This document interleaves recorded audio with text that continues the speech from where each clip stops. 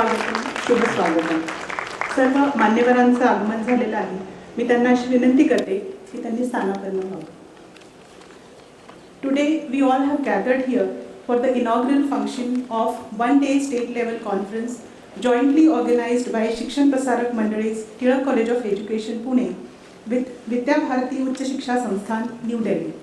Tirak College of Education once again welcomes its esteemed guests, distinguished speakers, special invitees, Management Council members of SP Mandali, all members of Vidya Bharati Shiksha Sanstha, principal of various schools, and all delegates from all over Maharashtra to this conference on implementation of National Education Policy 2020 for teacher education. My name is Rajeshri Rathod and I am delighted to be your anchor for today's program. Let's get started with the inaugural program. It is said that education is the movement from the darkness to the light. भारतीय परंपरेप्रमाणे कोणत्याही शुभ कार्याची सुरुवात आपण दीप प्रज्वलनाने करतो. मंचावर उपस्थित मान्यवरांना एक विनंती आहे की दीप प्रज्वलन केल्यानंतर त्यांनी परत इथे स्थानापन्न व्हायचं आहे, कारण इथे विद्याभारतीचा एक व्हिडिओ आपण ऐकणार आणि पाहणार आहोत. तर मैं मंच पर उपस्थित सभी अतिथियों से अनुरोध करना चाहूँगी कि वे दीप प्रज्वलन के प्रस्थान करें.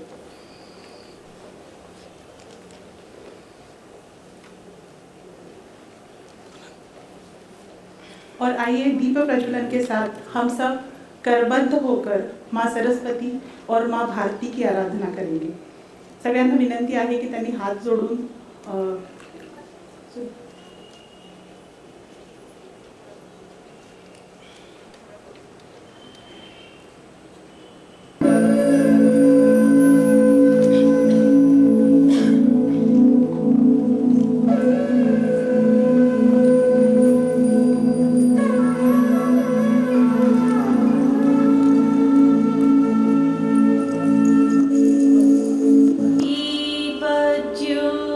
दीप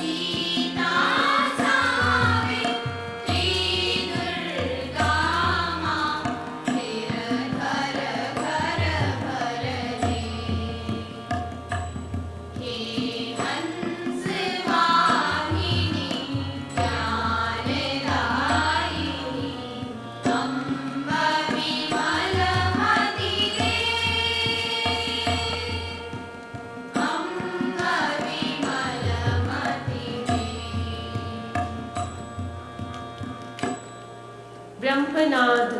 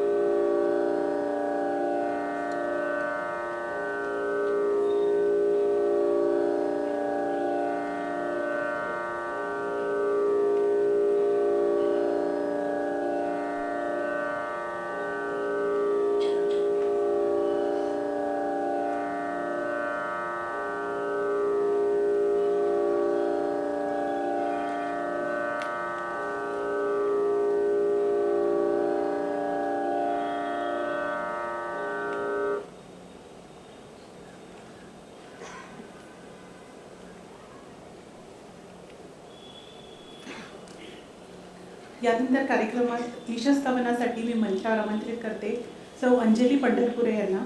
शी is the music teacher from NMP girls high school Pune. Anjali Pandharpure madam. शारदे शारदे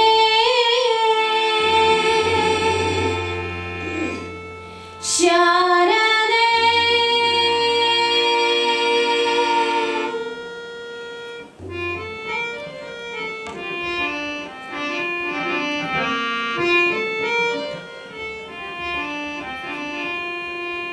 शारदे पूर्ण कर कामना शारदे पूर्ण कर कामना ने प्रकाशाकडे जीवना ने प्रकाशाकडे जीवना वेद विद्यावती दे आम्हा सन्मती वेद विद्यावती दे आम्हा सन्मती हीच चरणी तुझ्या प्रार्थना शारदे पूर्ण कर कामना शारदे पूर्ण कर कामना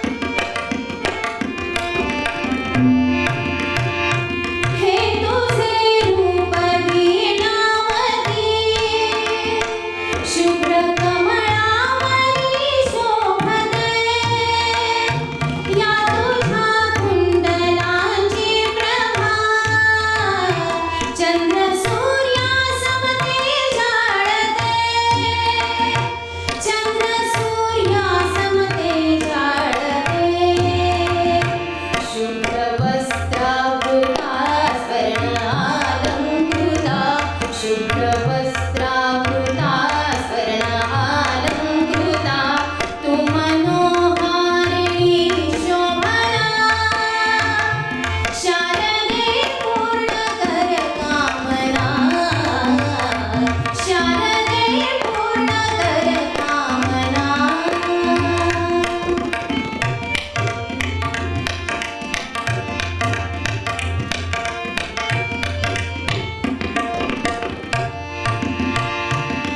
मोहमायेत मन गुंतले दाखवी मुक्तीचे द्वार तू मोहमायेत मन गुंतले दाखवी मुक्तीचे द्वार तू जीवनाच्या प्रवासात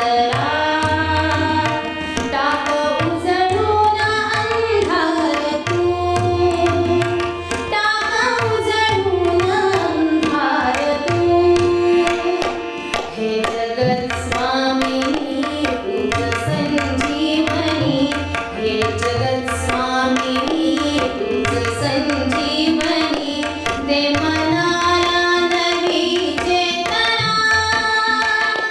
शारदे पूर्ण कर कामना शारदे पूर्ण कर कामना ने प्रकाशाकडे जीवना ने प्रकाशाकडे जीवना वेद विद्यावती दे आम्हा सन्मती वेद विद्यावती दे आम्हा सन्मती हीच चरणी तुझ्या प्रार्थना शारदे पूर्ण कर कामना शारदे पूर्ण कर कामना शारदे पूर्ण कर कामना.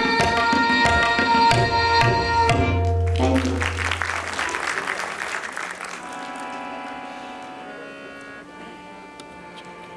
B.Ed द्वितीय वर्ष की छात्राएं रंजनी, विदिशा और कल्याणी.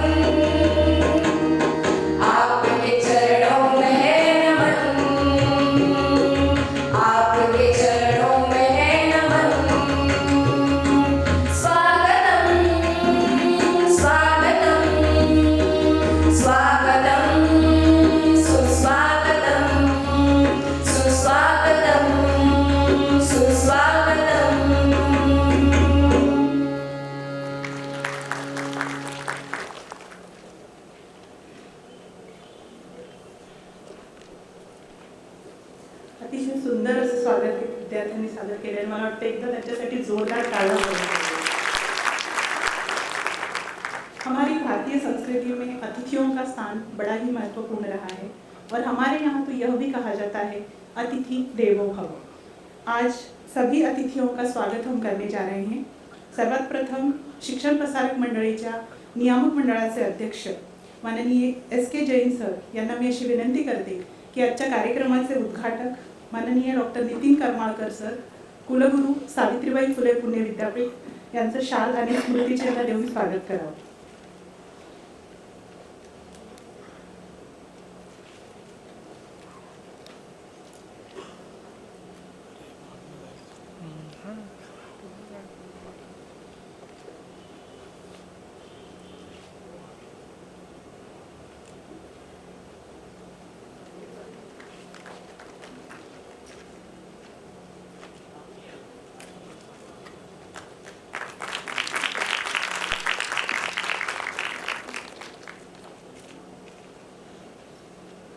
यानंतर श्री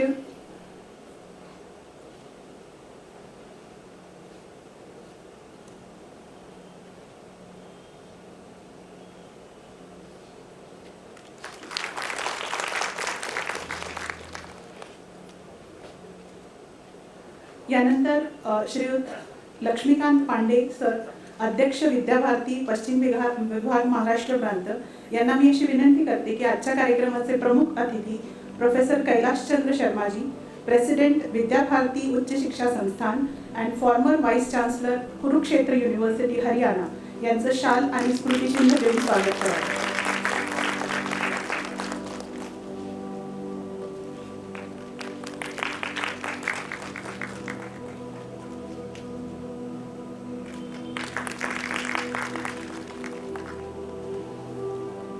यानंतर महाविद्यालयाच्या प्राचार्या डॉक्टर राधिका इनामदार मॅडम यांना अशी विनंती करते की आजच्या कार्यक्रमाचे बीजभाषक keynote speaker professor Chandrabhushan Sharma, former chairman national institute of open schooling, dean school of education Indira Gandhi national open university new Delhi यांचं स्वागत शाल आणि स्मृतिचिन्ह देऊन करावं। टाळ्यांचा आवाज जर अजून येतो।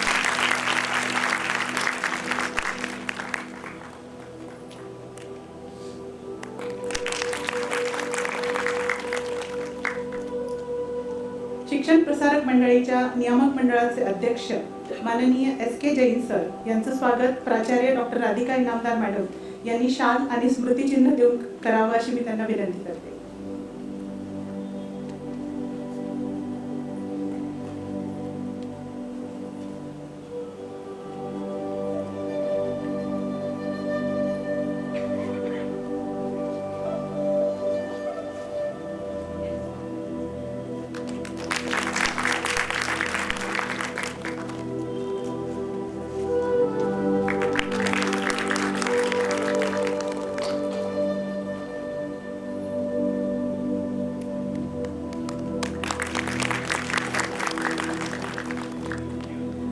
यानंतर आज या परिषदेसाठी आवर्जून उपस्थित असलेले श्री लक्ष्मीकांत पांडे सर, अध्यक्ष विद्याभारती पश्चिम विभाग महाराष्ट्र प्रांत यांचं स्वागत प्राचार्य डॉक्टर राधिका इनामदार मॅडम यांनी शाल आणि स्मृतिचिन्ह देऊन करावं असे मी त्यांना विनंती करते।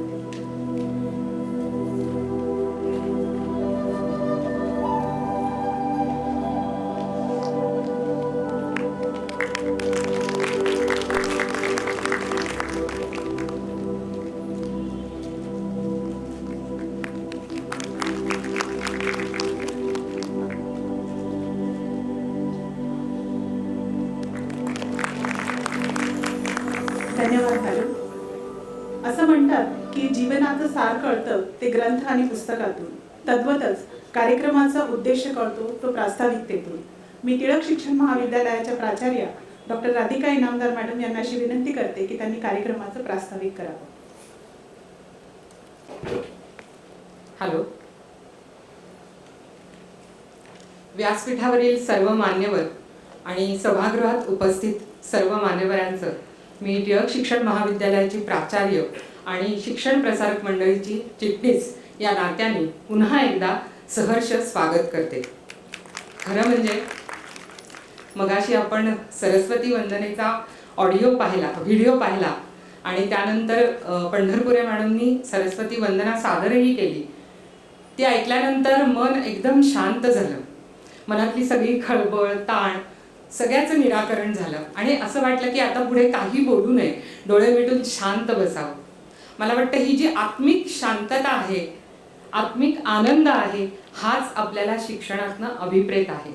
कारण सा विद्या या विमुक्तये अशी शिक्षणाची व्याख्या केली जाते.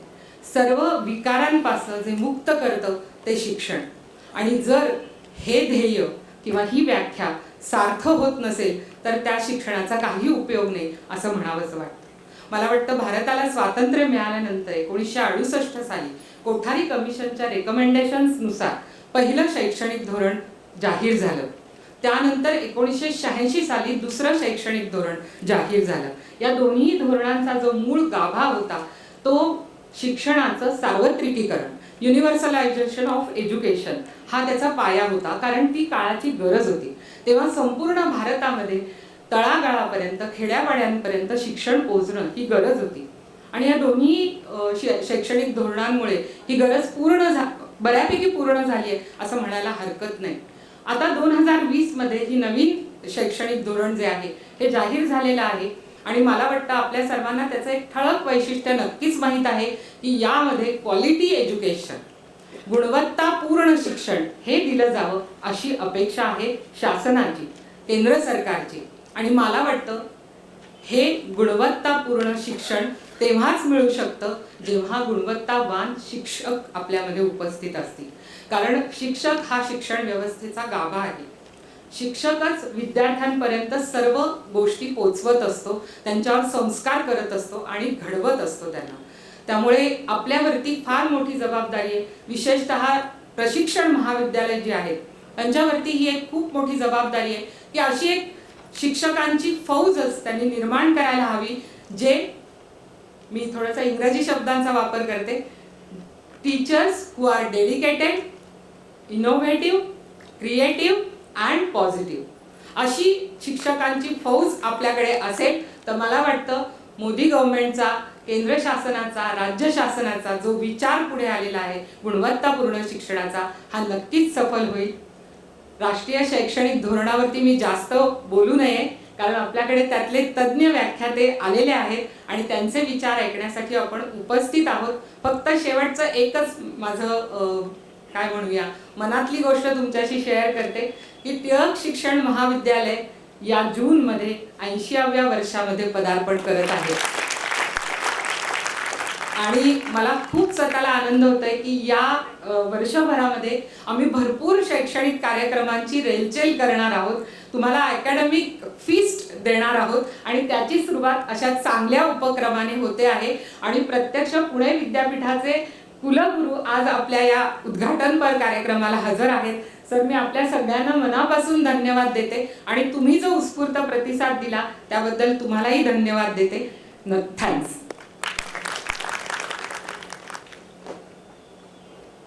धन्यवाद मॅडम.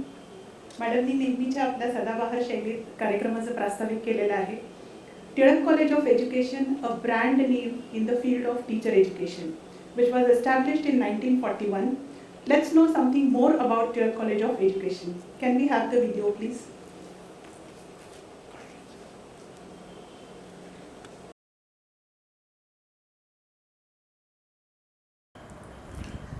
नमस्कार.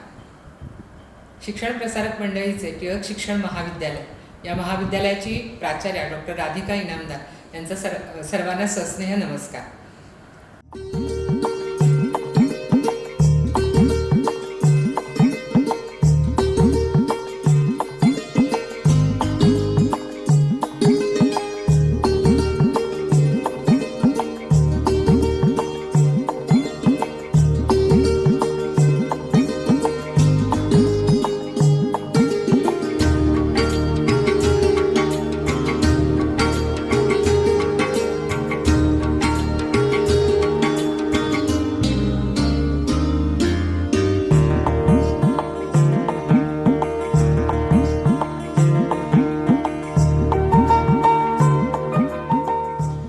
टिळक शिक्षण महाविद्यालय या नामांकित प्रशिक्षण संस्थेचा मी माजी विद्यार्थी आणि माझ्या भाग्याने मी तिथं प्राध्यापकही झालो. ज्या काळात ही संस्था स्थापन झाली त्या काळाचं वैशिष्ट्य असं की महाराष्ट्रातील खाजगी शिक्षण संस्थेने चालवलेलं हे पहिलं प्रशिक्षण महाविद्यालय आहे.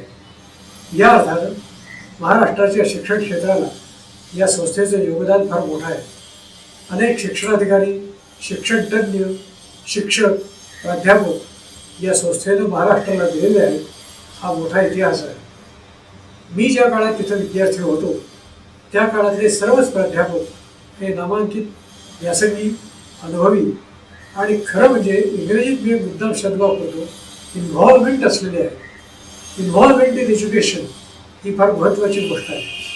तेच संस्कार आमच्यावर झाले आणि मी प्राध्यापक असताना सुद्धा याच तत्वाला अनुसरून मी काम केलं, म्हणून माझ्या हातून काम चांगलं होऊ शकेल याचा मला अत्यंत अभिमान आहे. विस्तीर्ण आव्हान, उत्कृष्ट ग्रंथालय आणि मुख्य म्हणजे प्रशिक्षणानुकूल वातावरण या दृष्टीनं टिळक शिक्षण महाविद्यालय हे अतिशय महत्त्वाचं आहे. आपण नुसता तिथे प्रवेश केला की आपल्या मनातले सारे बाकीचे विचार दूर जाऊन फक्त शिक्षण, फक्त विद्या हाच विचार आपल्या मनामध्ये येतो आणि आपण शारदेच्या दरबारात प्रवेश करीत आहोत असंच वाटत असतं. उत्कृष्ट प्राध्यापकांची चांगली चांगली व्याख्यानं, नंतर पाठ प्रशिक्षणासाठी घेतलेलं उत्तम मार्गदर्शन आणि मुख्य म्हणजे जे आपण शिकणार आहोत किंवा शिकवत आहोत त्याला अनुकूल असलेलं निसर्गरम्य वातावरण हे टिळक शिक्षण महाविद्यालयाचं वैशिष्ट्य आहे. म्हणून या महाविद्यालयाची ख्याती या महाराष्ट्रातच नव्हे तर देशाविदेशात सर्वत्र पसरलेली आहे. आणि महत्त्वाचं म्हणजे ज्यांच्या नावानं हे महाविद्यालय आहे ते लोकमान्य टिळक हे म्हणजे राष्ट्रीय शिक्षणाचे प्रणेते आणि पुरस्कर्ते. हीच प्रेरणा सर्वांना त्या ठिकाणी मिळत असते आणि त्यांच्या पुतळ्याचं दर्शन घेता घेता आपण त्यांच्या तत्वांचा अनुसरून आपली कार्यपद्धती अवलंबत असतो. हे टिळक शिक्षण महाविद्यालयाचं वैशिष्ट्य आहे. म्हणून माझ्या जीवनात जे काही संस्थांना महत्त्वाचं स्थान आहे त्या टिळक शिक्षण महाविद्यालय आहे. कारण मी मुद्दाम असं म्हणतो की एखादा मनुष्य स्वतःला कुठं सापडतो तिथं ते जागा त्याला फार आवडते. माझ्यातल्या व्यक्तिमत्वाला मी स्वतःला सापडलो तो टिळक शिक्षण महाविद्यालय, म्हणून माझ्या जीवनात टिळक शिक्षण महाविद्यालयाला अग्रपूजेचा मान आहे.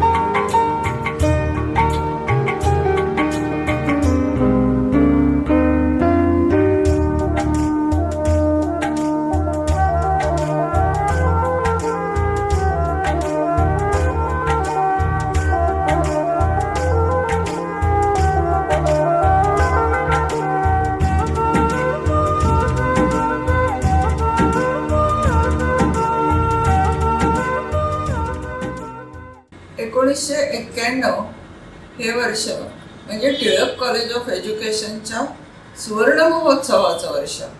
सगळं वर्ष विविध कार्यक्रमांनी गजबजून गेलं. शिक्षण आणि नवविचार याची एक व्याख्यानमालाच महाविद्यालयात आयोजित केली होती. या महाविद्यालयाचं पहिलं पुष्प सुप्रसिद्ध शिक्षणतज्ज्ञ डॉक्टर चित्रा नाईक यांनी गुंफलं. यानंतर डॉक्टर नारळीकर, डॉक्टर कुकडे यांच्यासारख्या अनेक विचारवंतांनी आपले शैक्षणिक नवविचार या व्याख्यानमालेत मांडले. या महाविद्यालयामधून राष्ट्रीय पातळीवरती बक्षिसं मिळवणारे प्राध्यापक बाहेर पडले. तसंच आपल्या लक्षात येईल की फुलब्राईट स्कॉलरशिप मिळवणारे प्राध्यापक सुद्धा याच महाविद्यालयामधून होते. महाविद्यालयाला आता 75 वर्ष तर झालीच आहे, पण महाविद्यालयाची वाटचाल 100 वर्षाकडे होऊ दे आणि ही वाटचाल नुसतीच वाटचाल नव्हे तर उत्तुंग शिखराकडे नेणारी वाटचाल होऊ दे या माझ्या या महाविद्यालयाला मनापासून शुभेच्छा.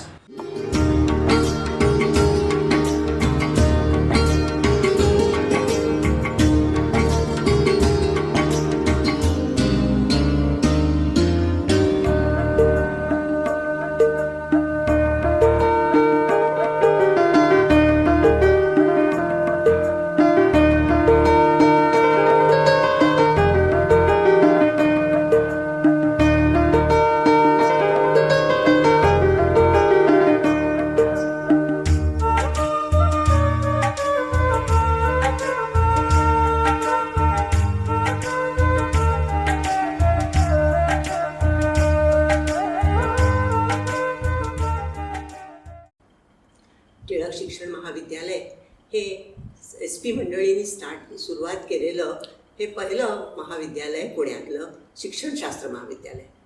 या जन्मावर या जगण्यावर शतदा प्रेम करावे या ओळी जेव्हा मनामध्ये आठवल्या तेव्हा मनामध्ये भावना उत्कटतेने जागृत झाल्या आणि विचारांची गर्दी व्हायला लागली. आणि मग त्या विचारांच्या मध्ये मी या महाविद्यालयामध्ये टिळक शिक्षण महाविद्यालयामध्ये 35-36 वर्ष जी घालवली नाही म्हणणार मी, जी आनंदाने जगले त्याची मला आठवण झाली. प्रत्येक क्षण आणि क्षण माझ्या डोळ्यासमोर उभा राहिला.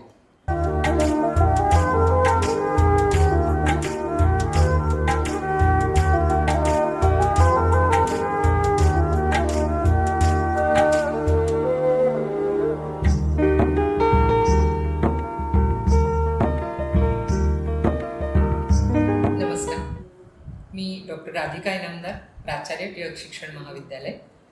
आज या कॉन्फरन्सच्या निमित्ताने आपल्याशी संवाद साधण्याची संधी मला मिळाली ते मी माझं भाग्य समजते. महाविद्यालयाची प्राचार्य या नात्याने महाविद्यालयाच्या फ्युचर व्हिजनबद्दल बोलणं हे मी माझं कर्तव्य समजते. सर्वोत्कृष्टतेचा ध्यास हे आमच्या टिळक शिक्षण महाविद्यालयाचं ब्रीदवाक्य आहे आणि या वाक्याला अनुसरूनच आमच्या महाविद्यालयाची वाटचाल सुरू आहे. तसंच आपलं जे रिसर्च सेंटर आहे हे अतिशय प्रगत आहे आणि पूर्वीही महाविद्यालयामध्ये PhD गाईड असे नामवंत गाईड होते. आजही आपल्या महाविद्यालयातले जवळजवळ सर्व प्राध्यापक हे डॉक्टरेट आहेत, PhD गाईड आहेत आणि त्यांच्या हाताखाली आपल्या महाविद्यालयामध्ये रिसर्च सेंटरमध्ये 40 विद्यार्थी PhD करत आहेत आणि अनेक नामवंत प्राध्यापक आणि शिक्षक PhD होऊन बाहेर पडलेले आहेत. तर अशा सगळ्यांसाठी प्रगत संशोधनाचे काही कोर्सेस सुरू करण्याचा आमचा मानस आहे. या प्राध्यापकांसाठी जसे आपण प्रगत कोर्सेस सुरू करण्याचा विचार करतो आहोत तसंच शालेय शिक्षकांसाठी की जे संशोधनापासून थोडेसे लांब गेलेले आहेत त्यांना संशोधनाच्या क्षेत्रामध्ये आणण्यासाठी आणि संशोधनाची पुनर्ओळख करून देण्यासाठी ही महाविद्यालय विचार करत आहे आणि त्यासाठीही काही शॉर्ट टर्म कोर्सेस आम्ही सुरू करणार आहोत. शेवटी मला असं म्हणावंसं वाटतं की नुसतं ज्ञान असून उपयोग नाही, नुसती बुद्धी असून उपयोग नाही आणि नुसतं कर्म चांगलं असून उपयोग नाही. ज्या ठिकाणी ज्ञान, बुद्धी आणि कर्म याचा त्रिवेणी संगम होतो ती संस्था नक्कीच प्रगतीच्या दिशेने वाटचाल करते आणि याचं उत्तम उदाहरण म्हणजे टिळक शिक्षण महाविद्यालय. धन्यवाद.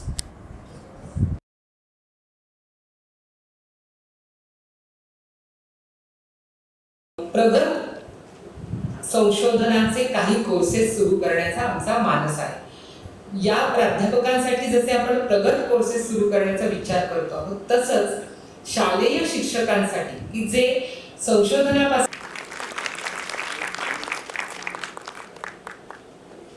कहते हैं ताली वो नहीं बजाते जिन्हें कोई गम होता है, पर ताली तो वो बजाते हैं जिनके हाथों में दम होता है. एकदा जोरदार टाळ्या झाल्या पाहिजे. टाळ्यांचा आवाज खूपच कमी येतोय. ओके. आपण सर्व ज्यांना ऐकण्यासाठी उत्सुक आहोत ते म्हणजे आजच्या कार्यक्रमाचे उद्घाटक डॉक्टर नितीन करमाळकर सर. तत्पूर्वी मी माझे सहकारी प्राध्यापक डॉक्टर विजय धामणे सर यांना अशी विनंती करते की त्यांनी सरांचा परिचय करून द्यावा. नमस्कार. सन्माननीय व्यासपीठावर उपस्थित आजच्या कार्यक्रमासाठी बीज भाषण देण्यासाठी उपस्थित जे Sharma sir, professor CB Sharma, professor KC Sharma, शिप्र मंडळीचे अध्यक्ष ॲडव्होकेट SK जैन सर,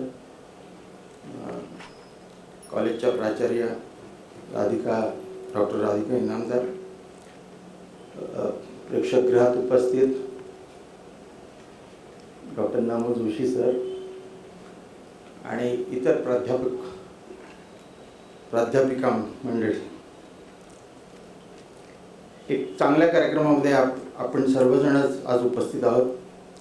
नवीन शैक्षणिक धोरण साधारणपणे त्याची सुरुवात, त्याच्या कामाची सुरुवात जवळजवळ 2-2.5-3 वर्षापूर्वी झाली. इनफॅक्ट मला असं वाटतं की जावडेकरांच्या काळात आहे आणि खूप त्याच्यावर चर्चा, त्याला पण ब्रेनस्टॉर्म सेशन्स वगैरे आणि त्याच्या माध्यमातून सगळ्या स्टेक होल्डर्सना इन्व्हॉल्व करून परिपूर्ण असं हे शैक्षणिक धोरण 2019 अस्तित्वात आलं.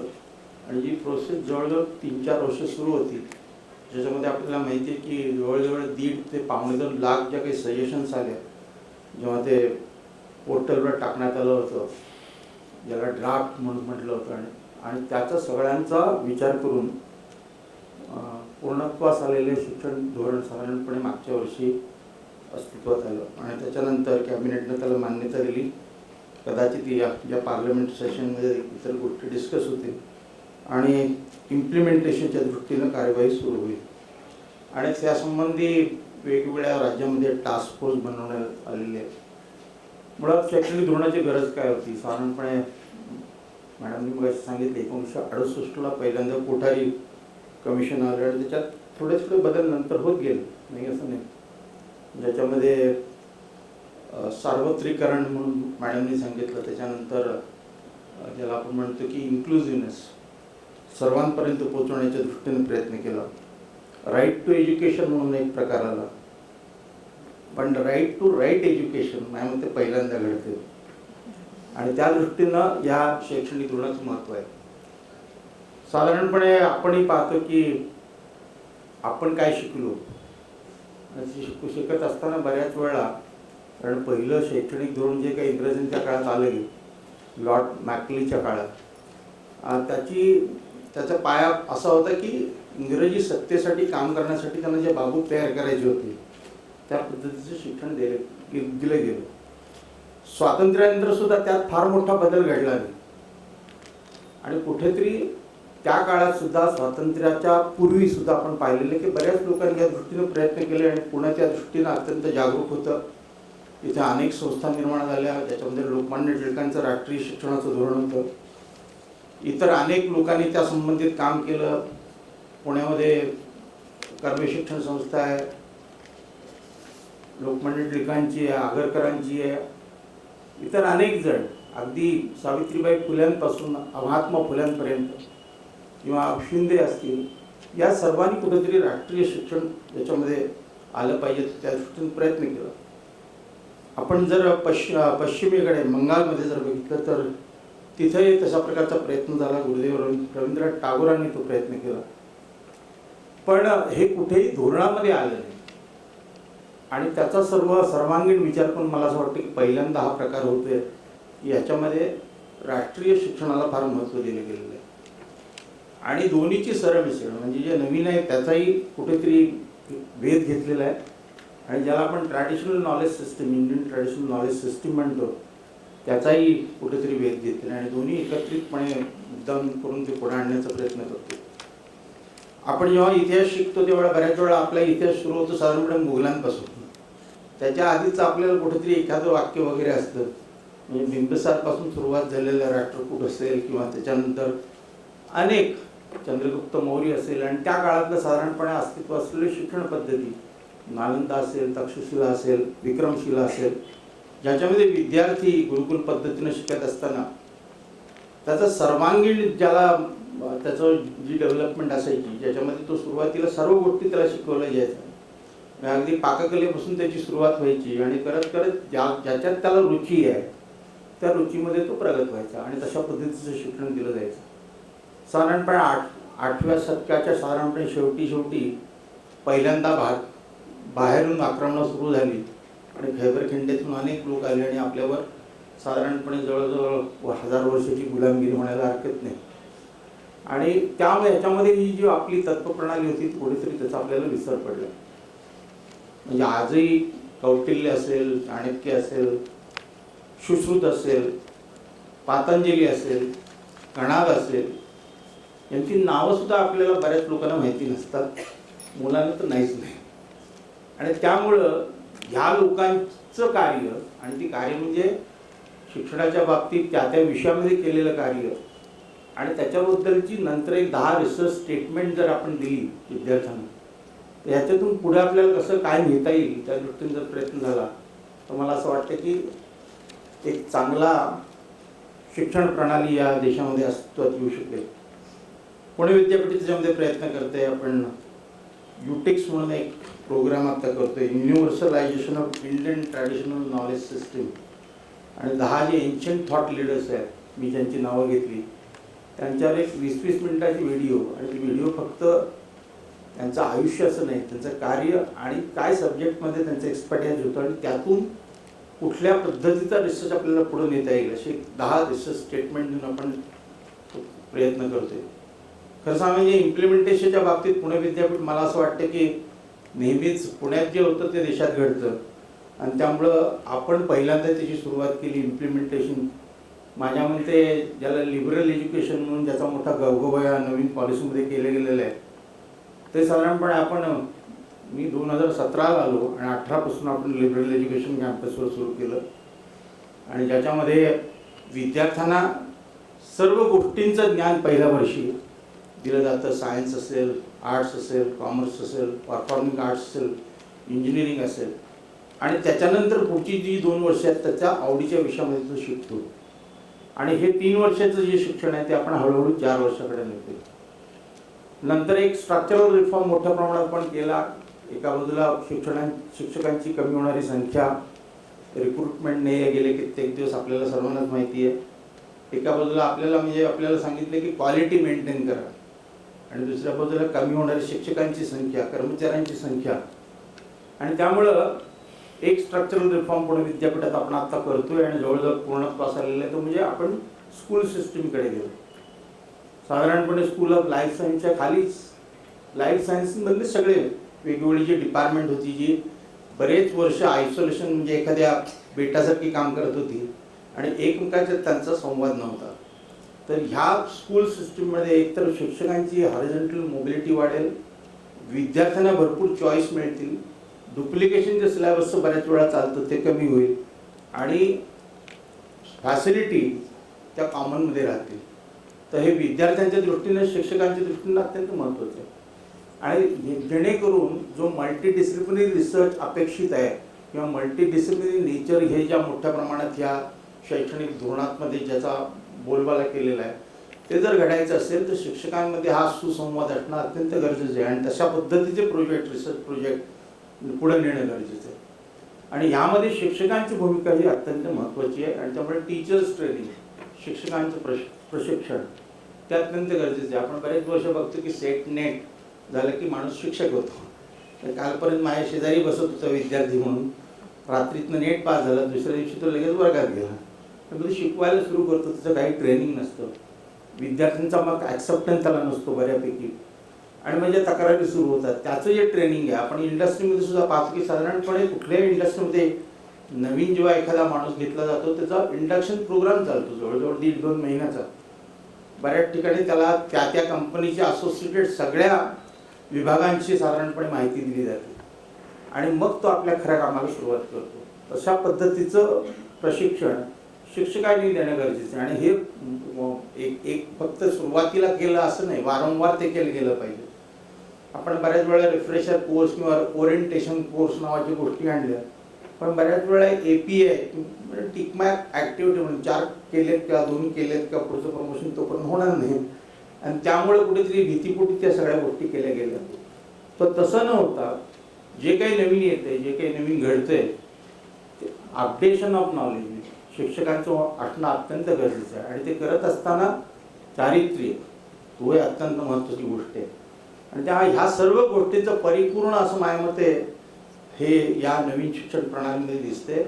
आणि त्यामुळे मला असं वाटतं की ते इम्प्लिमेंटेशन अत्यंत महत्त्वाचं आहे. आणि त्यासाठी आपण सर्वांनीच प्रयत्न केले पाहिजेत. आपण ॲक्सेप्ट तरी केलं, पण ते पुढे नेणं आणि सर्वांगीण विकास विद्यार्थ्याचा घडवणं ही सगळी आपल्यासमोरची सगळ्यात मोठी, म्हणजे शिक्षकाचा सगळ्यात मोठा रोल तो आहे. एक छोटीशी गोष्ट सांगतो आणि थांबतो. आपल्याला सर्वांनाच माहिती आहे की आपल्या मुलाला चांगलं शिक्षण द्यावं ही प्रत्येकाची इच्छा असते. आणि पूर्वीच्या काळी गुरुकुल पद्धतीमध्ये हे शिक्षण व्हायचं. अशी एक आई आपल्या लहान मुलगा जो दिसायला थोडासा कुरूप होता, आणि या कुरूप विद्यार्थ्याला मुलाला आपल्याला तिची इच्छा ती घेणं शिकलं पाहिजे चांगलं. पूर्वीच्या काळी मुंज झाल्यानंतर साधारणपणे शिक्षण सुरू व्हायचं, त्याचं गुरुकुळे पाठवलं जायचं. तर त्याची मुंज झाली. मग त्या आईनं मुलाला सांगितलं की जंगलाच्या पलीकडे एक मोठं आश्रम आहे, तिथे एक उत्कृष्ट गुरु तुम्हाला मार्गदर्शन करतात, शिकवतात, तिथे तुला मी पाठवणार आहे उद्यापासून. आणि जोपर्यंत तू परिपूर्ण शिक्षण तुला मिळत नाही तोपर्यंत तू यायचं नाही आहेस, तुला तिथंच राहावं लागणार आहे. तेव्हा आई वगैरे घर आता विसरायचं जायचं. म्हणून सकाळी उठून त्या मुलाला घेऊन ती गेली. त्या जवळजवळ संपूर्ण प्रवास करून दुपारपर्यंत साधारणपणे त्या आश्रमामध्ये ती पोचली आणि दरवाजात सोडून ती निघून गेली. आता म्हटलं ह्याच्या पुढं तू शिक्षण पूर्ण झाल्यावर मला चेहरा दाखवायचं. मूल आत गेलं. साधारणपणे दुपारची वेळ ते 2-2:30 पहिला साधारण पाठ झाले होते कदाचित, आणि मुलांना जेवणाची सुट्टी झाली होती. गुरु बसलेले होते एका उच्चासनावर. हा गेला तिथे फुलं होती, ती त्यांच्या पायावर टाकली त्यानं आणि हात पसरून म्हणाला की माझ्या आईनं मला पाठवले इथे, तुम्ही माझं शिक्षण करणार आहात आणि मी तुमच्या स्वाधीन व्हायला आलेलो आहे. पण त्यांनी असे हात पुढे केले. त्या गुरुनी त्याचे हात बघितले. ते म्हणलं अरे ज्याच्या हातावर कुठल्या रेषाच नाही आहे त्याचं भविष्य मी काय घडवणार. तेव्हा तू माझ्या इथे येऊ, थांबू नका, अजिबात निघून जा इथे. मग तो मुलगा रडायला लागला आणि तो घरी गेला. म्हणजे घरी जाईपर्यंत जवळजवळ पुन्हा संध्याकाळ होऊन गेली होती. आई संध्याकाळचं काम करून दिवे लागणीला घरी आली होती आणि कोणतरी मुसमुसते दरवाजात. तिच्या लक्षात आलं. दरवाजात गेली तर आपलाच मुलगा. त्यानं म्हटले तुला तर मी शिक्षणाला पाठवलं, तू काय रडत परत आलास. त्यानं घडलेला सगळा प्रकार सांगितला. तर म्हणाले आई माझ्या हातावर रेषाच नाही तसं ते शिक्षक म्हणत होते वगैरे. म्हणजे ठीक आहे, पुन्हा उद्या जायचं आपल्याला, पण आज रात्री तुझ्यावर मी एक प्रयोग करणार आहे. आणि मग ती जंगलामध्ये गेली, बाबीचे काटे घेऊन आली आणि त्याच्या हातावर रेषा कोरल्या. रक्तबंबाळ सगळा हात झाला. म्हटलं रडू नकोस, आता हे तुझ्या रेषा आलेले आहेत, तुला उद्या घेऊन जाते. आणि मग पुन्हा ते सोडलं. तिथं सोडल्यानंतर तोच प्रकार पुन्हा आई निघून आली. दुपारच्या वेळेला तो पुन्हा बसला आणि दुपारच्या वेळेला त्याने जेव्हा गुरुपुढे पुन्हा हात दाखवले, बघा म्हटलं माझ्या आईनं आपल्या हातात जशा रेषा आहेत तशा रेषा काढून मला पाठवलं. आता तर माझं भविष्य घडवायला नव्हतं. तर शिक्षकाला आपली चूक लक्षात आली. तो म्हणाला, त्याने त्याला कडेवर उचलून घेतलं आणि तो म्हणाला की तुझ्या आईला भेटायचं नाही, कारण मला तिनं कुठेतरी आज खरं शिक्षण तिच्याकडनं मला मिळाले. शिक्षकाचं काम आहे की जो कोणी येतो कशाही पद्धतीचा रेषा असोत नसो त्याचं शिक्षण करणं आणि त्याला लखलखित करून या जगात सोडणं, जेणेकरून तो परिपूर्ण आयुष्य पुढे जगू शकेल. हे शिक्षकाचं काम आहे. त्या मातेला तो भेटला आणि गुरु त्याला म्हणाला की याला जगातला उत्कृष्ट माणूस बनवेल. मित्रांनो, ही गोष्ट खोटी नाही आहे. हा पाणिनी पुढं जो घडला हा पाणिनी, आणि ज्यानं संस्कृत आणि ह्याच्यामध्ये पर्शियन ह्याच्यामध्ये दोन्हीचं जे व्याकरण आहे त्याच्यामध्ये जे उत्कृष्ट काम केलं तर असे पाणीने बनवण्याची जबाबदारी आपल्या सर्वांची आहे आणि त्या दृष्टीनं आपण परिपूर्ण शिक्षण घेणं अत्यंत गरजेचं आहे. इथेच थांबतो. धन्यवाद.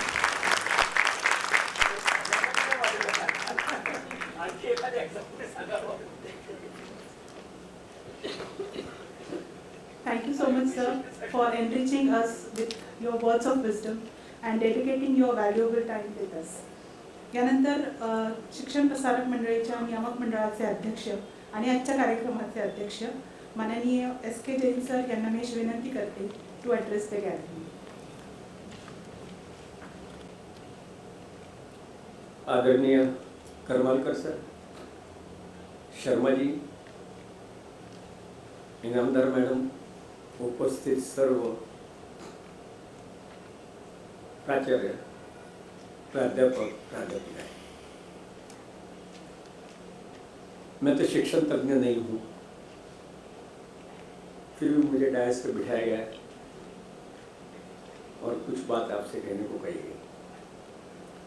शायद कारण एक ही है कि जिस संस्था में ये कार्यक्रम हो रहा है उसका मैं अध्यक्ष हूँ। मैं यहाँ पर विद्यार्थी करके आपके सामने खड़ा हूँ या जो बैठा हूँ, थोड़ा बहुत जो समय रहेगा, मैं तो हमेशा कहता हूँ कि मैं सीखने के लिए आता हूँ, मी विद्यार्थी असतो नेहमी। काही गोष्टी मनातल्या आपल्याशी बोलाव्या, कदाचित त्याचे उत्तर सुद्धा मिळेल आणि म्हणून मी जिथे जातो तिथं माझ्या मनातल्या ज्या काही गोष्टी असतात त्या मी संवाद म्हणून व्यक्त करत असतो। शिक्षण पद्धतीमध्ये बदल हा कदाचित आपल्याला वर्तमान जे आहे त्यात जे काही चांगलं आहे ते ठेवून मात्र आपला जो ऐतिहासिक वारसा जो आहे किंवा जो आपला पूर्वी इतिहास आहे ह्याची जाणीव होऊन हे विद्यार्थ्यांना त्याप्रमाणे घडवणं। विद्यार्थी घडवणं पूर्वी म्हणायचं की या शाळेचे 50 पैकी 20 विद्यार्थी बोर्डमध्ये आले म्हणजे दॅट इज द बेस्ट, एक पॅरामीटर होतं। या शाळेचे 100% गुण 100% विद्यार्थ्यांचा रिझल्ट लागला म्हणजे हे चांगलं होतं। मात्र त्या शाळेचे जे विद्यार्थी होते ते सुशिक्षित किती होते की ज्यांनी आपल्या प्रगतीचा विचार नक्कीच करावा, पण त्याबरोबर आपल्या कुटुंबाचा, आपल्या गावाचा, आपल्या समाजाचा, आपल्या राष्ट्राचा विचार करणारे विद्यार्थी आपण घडवलेत की नाही। आणि कदाचित ते घडवण्यासाठी आत्ताच्या ह्या सरकारने गेल्या 5-6 वर्षामध्ये नवीन शिक्षण धोरण जे म्हटलं आहे ते गुणात्मक बदल शिक्षकांमध्ये म्हणजे जे शिक्षण देणारे आहेत आणि जे शिक्षण पद्धतीमध्ये बदल होईल अशा प्रकारचं शिक्षण पॉलिसी च्या गाभा किंवा त्याचे मूलमंत्र असावा असं मला वाटतं। म्हणजे आपल्या शाळेतून निघणारा विद्यार्थी हा कुठलाही चॅलेंज ॲक्सेप्ट करायला तयार आहेत की नाही असा विद्यार्थी आपण घडवले की नाही। परवाच एक 4-5 दिवसापूर्वी एक स्टोरी छोटीशी वाचण्यात आली होती। 14 वर्षाची मुलगी, लग्न झालं, 18 वर्षी 2 मुलं झाली। लग्न झालं ते कॉन्स्टेबलशी झालं होतं, पण त्यांनी एक घटना पाहिली आणि प्रयत्नपूर्वक SSC ग्रॅज्युएट्स UPSC परीक्षा पास करून ती DCP होते आणि ते सध्या मुंबई शहरामध्ये DCP म्हणून ती काम करते। तेव्हा कुठलीही परिस्थिती अवघड नसणारी असली तरी आपण असे हिम्मतवान विद्यार्थी घडवू शकू का की जो केव्हाही कारण सांगणार नाही, पण जे अचीव करायचं ते अचीव करून दाखवेल। मग अशा आम्ही कधी करणार आहोत? नाहीतर प्रत्येक गोष्टीला आपल्याकडे कसं करता येत नाही हे फाईलवर बाबू लिहितात आणि नॉर्मली विद्यार्थी सुद्धा बाहेर आले की मी ऑलिम्पिकला कसं जाणार, इथं तर हे नाहीच आहे, मी टॉप क्लास UPSCला कसं पास होणार, माझ्याकडे ह्या सोयीच नाही आहेत, मी चांगलं शिक्षण तज्ञ, चांगला वकील, चांगला इंडस्ट्रियलिस्ट कसं होणार, हे तर काही करता येत नाही। तेव्हा अशी मनोवृत्ती नसताना आपण जे विद्यार्थी घडवणार आहोत तो मग शैक्षणिक असेल, स्पोर्ट्स असेल, इंडस्ट्री असेल, कुठेही असेल, तर कुठल्याही प्रकारचं चॅलेंज ॲक्सेप्ट करणारा व त्याप्रमाणे स्वतःला घडवणारा असा विद्यार्थी आपण घडवणार आहोत की नाही। ते घडवायचं तर मग काय करायला पाहिजे, तर 2-3 गोष्टी असतात. आपल्याकडे दुसरं कारण सांगितलं जातं की माझी आर्थिक परिस्थिती चांगली नाही. पुन्हा तेच. तर 2 दिवसापूर्वी आपण सकाळमध्ये वाचलं असेल, एका रिक्षा चालकची मुलगी 10वी पास लवासाच्या एका कुठल्या तरी शाळेमध्ये पास होते. थायलंडमध्ये जाऊन 11वी 12वी आणि आता अमेरिकेमध्ये शिक्षणासाठी तिला 2 कोटीची शिक्षण भुगतून दिली. तेव्हा कुठलीही परिस्थिती आपल्या आड येत नाही जर आपली इच्छाशक्ती मजबूत असेल तर. आणि ही इच्छाशक्ती मजबूत करणारे विद्यार्थी घडवणं हा आपलं एक कर्तव्य असतं. तिसरं आपण पाहिलं असेल, चेन्नईमध्ये एक अत्यंत सक्सेसफुल इंडस्ट्रियलिस्ट अमेरिकेतून IT क्षेत्रामधून येतो आणि तो गावागावी शाळा उघडतो आणि त्यांना शिकवण्यासाठी प्रेरणा देतो. म्हणजे मला जे काही करायचं आहे ते माझ्यासाठीच नव्हे, तर माझ्या ज्या काही रिक्वायरमेंट्स आहेत ते कमीत कमी करून किंवा कॉम्प्रोमाइज करून जे काही माझं आहे ते इतरांसाठी आहे हे देण्याची वृत्ती देणारा विद्यार्थी असं आपण घडवणार आहोत. असे अनेक उदाहरण देता येतील. परंतु मला एकच गोष्ट म्हणायचं आहे की आमचा जो शिक्षक आहे हा गुरुस्थानी आहे. आजही भारतामध्ये शिक्षकाला फार मोठं स्थान आहे. मात्र ते स्थान आपण कशा प्रकारे घेणार आहोत. अडचणी असतातच. सध्याच्या परिस्थितीमध्ये शिक्षक म्हटलं तरी इट्स अ बिग चॅलेंज. आजही वातावरण सर असं आहे की आपल्याकडे पूर्ण सोडलं तर शिक्षकांना जे शिक्षण संस्था संचालक आहेत ते कशा प्रकारची वागणूक देतात हे जर पाहिलं तर मग आपण शिक्षकांना देव म्हणायचं, गुरु म्हणायचं. मात्र त्यांच्याशी बोलताना, त्यांच्याशी वागताना आपण त्यांना किती रिस्पेक्ट देतो. त्याहीपेक्षा जेव्हा सांगितलं गेलं की टिळक विद्यापीठ आपलं जे आहे, आणि मला ह्या गोष्टीचा अभिमान आहे की ज्या संस्थेचा मी आहे त्यांचे कॉलेज आहे, इथं शिक्षकांना प्रवेश देताना BEd DEdला किंवा पुढच्या MAdला कुठल्याही प्रकारची फी सोडून केव्हाही कुठली गोष्ट देण्याची पाळी आली नाही. मात्र आपल्याकडे हे प्रायव्हेट BEd आणि DEd कॉलेजेस झालेले आहेत. त्यांची काय परिस्थिती आहे, म्हणजे त्या शिक्षकांची नैतिकता राहणार की नाही. कारण ते शिक्षण संस्थेच्यावर पहिलीच गोष्ट असते. विद्यार्थी 10वी पास करतो, 12वी पास करतो, ग्रॅज्युएट होतो आणि मला समाज घडवायचा आहे म्हणून तो BEd कॉलेजला जेव्हा ॲडमिशनला जातो तेव्हा ते ॲडमिशन मिळवण्यासाठी त्याला काय काय करावं लागतं ह्या गोष्टी मी उघडपणे सांगण्याची गरज नाही. आपल्याला माहिती आहे की एक ठराविक 1-2 कॉलेज सोडले तर सर्व प्रकारचे नियम धाब्यावर बसवून त्याला ते प्रवेश घ्यावा लागतो. प्रवेश घेताना त्याच्यावर कर्जाचं ओझं होतं आणि मग नोकरी मिळवण्यासाठी त्याला काय करावं लागतं. तेव्हा ह्या सर्व गोष्टीतून बाहेर पडण्यासाठी ही न्यू एज्युकेशन पॉलिसी आहे की जे काय होईल ते मेरिट बेस होईल. मग ॲडमिशन असेल, सर्व्हिस असेल, बाकीच्या सर्व गोष्टी असतील, तर ह्या सर्व मेरिट बेस होण्यासाठी ह्या नॅशनल एज्युकेशन पॉलिसीचा नक्की राष्ट्राला फायदा होणार आहे. आणि हे जेव्हा होईल आणि पहिले शिक्षक मनातून फुल कॉन्फिडन्स येईल की मला मुलांना शिकवताना आमचा इतिहास जर सांगितला, आमच्या चांगल्या गोष्टी सांगितल्या, वर्तमान भूतकाल 1000 वर्षापूर्वीच्या वगैरे की आमची शिक्षण संस्था किती बेस्ट होती, हे पहिले त्यांनी स्वतः कन्व्हिन्स व्हायला पाहिजे. आणि ते कन्व्हिन्स होण्यासाठी नमो जोशींसारखे हाडाचे शिक्षक असले पाहिजेत. आपल्यासारखे जे शिक्षक आहेत ते असले पाहिजेत की पहिले त्यांना वाटायला पाहिजे की yes I am the best and I will give the best. आणि म्हणून ते टिळक महाविद्यालय जे आहे हे जे काही शिक्षक घडवणार आहेत ते त्यांच्यामध्ये पहिली ही भावना निर्माण करणार की यस आम्ही समाज घडवण्यासाठी शिक्षक झालो आहोत आणि आम्ही घडवणारच. जो आमच्या समोर विद्यार्थी आहे ते सरांनी सांगितल्याप्रमाणे की गुणवान विद्यार्थी आम्ही घडवणार आहोत. आणि मग त्याच्यात अनेक उदाहरण देता येतात. आपल्याकडे वेळेची मर्यादा आहे. मला आमचे अध्यक्ष जे शिक्षण प्रसारक मंडळीचे दुसरे त्यांची 5 मिनिटं मिळाली म्हणून 2-3 मिनिटं आपल्याशी जास्त बोलता आले. केव्हा तरी जेव्हा संधी मिळेल तेव्हा मी एकच गोष्ट सांगेन की हे न्यू एज्युकेशन पॉलिसीचा हा जो सेमिनार आहे हा राष्ट्र घडवण्यासाठी अत्यंत महत्त्वाचा राहणार आहे. आपलं स्वप्न आहे की प्रत्येक गोष्टी आपण कराव्यात. पंतप्रधानांचं स्वप्न आहे की ज्या गोष्टी फॉरेनच्या आहेत त्या चांगल्या पहिले हे आपल्या मनातून आपण कन्व्हिन्स व्हावं आणि विद्यार्थ्यांना सांगावं तरच ह्या गोष्टी होऊ शकतील. शेवटचं छोटंसं एक्झाम्पल परत की आपले विचार आपण कशा प्रकारे विचार करतो आणि ह्याच्यात बदल करण्याची गरज कशी आहे. तर एक सर्वसाधारणपणे एक आजचा तरुण जो आहे तो कशा प्रकारे विचार करतो आणि खरंच तसं आहे का. तर मी माझ्यावरून सांगतो की कोर्टामध्ये आम्हाला नेहमी पांढरे शर्ट्स लागतात आणि आपण सर ते स्टोअरमध्ये गेलो तर 2000 5000 आणि तेवढं ब्रँड वगैरे असले की ते बरं असतं. मी काही बोललो नाही. आमच्या मुंबईच्या एका नातेवाईकांच्याकडून 20 मीटरचं कॉम्प्लीट आणलं आणि त्यातले 8 शर्ट शिवून घेतले. 200 रुपयाचं मीटरचं कापड होतं, 150 रुपये शिलाईचे, 550 रुपयाचा शर्ट झाला. मी काही बोललो नाही. घरी गेलो, शर्ट होता अंगात आणि म्हटलं हा शर्ट. तर माझ्या मुलं म्हटलं पप्पा बहुत अच्छा आहे, कितना डिस्काउंट दिला आहे. मी काही बोललो नाही. थोड्या वेळाने त्याला सांगितलं की असं असं मी आणलं, हा फक्त 500-550 रुपयाचा शर्ट आहे. क्या पप्पा पैसा फॅमिली हो.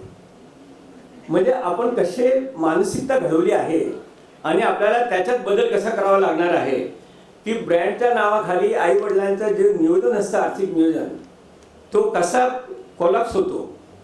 आणि कुठली गोष्ट ब्रँडेडच्या खाली आपला विद्यार्थी जाऊ नये, विद्यार्थिनी जाऊ नये आणि त्याच्या आईवडिलांचा जो बजेट असतो तो कोलॅप्स होऊ नये. आणि अशात सुद्धा आपण शिक्षण देण्याची गरज आहे असं मला वाटतं. खूप चांगल्या गोष्टी आहेत आपण घडवत आहे आणि म्हणून मी म्हटलं की आजही भारतामध्ये आमचा शिक्षक वर्ग त्याग करणार आहे. जी व्यक्ती शिक्षक क्षेत्रामध्ये प्रवेश करते तर मला वाटतं की सर्वात त्याग जर कोणाचा असेल तर त्या शिक्षकांचा असा आधी आहे असं मी मानतो. आणि हा त्याग मी शिक्षकांना बंधन करण्यासाठी आणि खरं तसेच शिक्षक, तसेच नागरिक, तसेच विद्यार्थी आपण घडवणारच, मला याच्याबद्दल शंका नाही. आणि त्यासाठी या सेमिनारमध्ये जे नवीन धोरण आहेत त्याचे इम्प्लिमेंटेशन्स आपण कसं करणार आहोत ते दिवसभर या गोष्टीचा विचार निश्चित होईल. आपल्या सर्वांना त्याचा फायदा होईल, आम्हालाही फायदा होईल. इतकं सांगून 2 शब्द माझे संपवतो. माँ भारती के चरणों में नमन करके मेरे शब्दों को मैं विराम देता हूँ.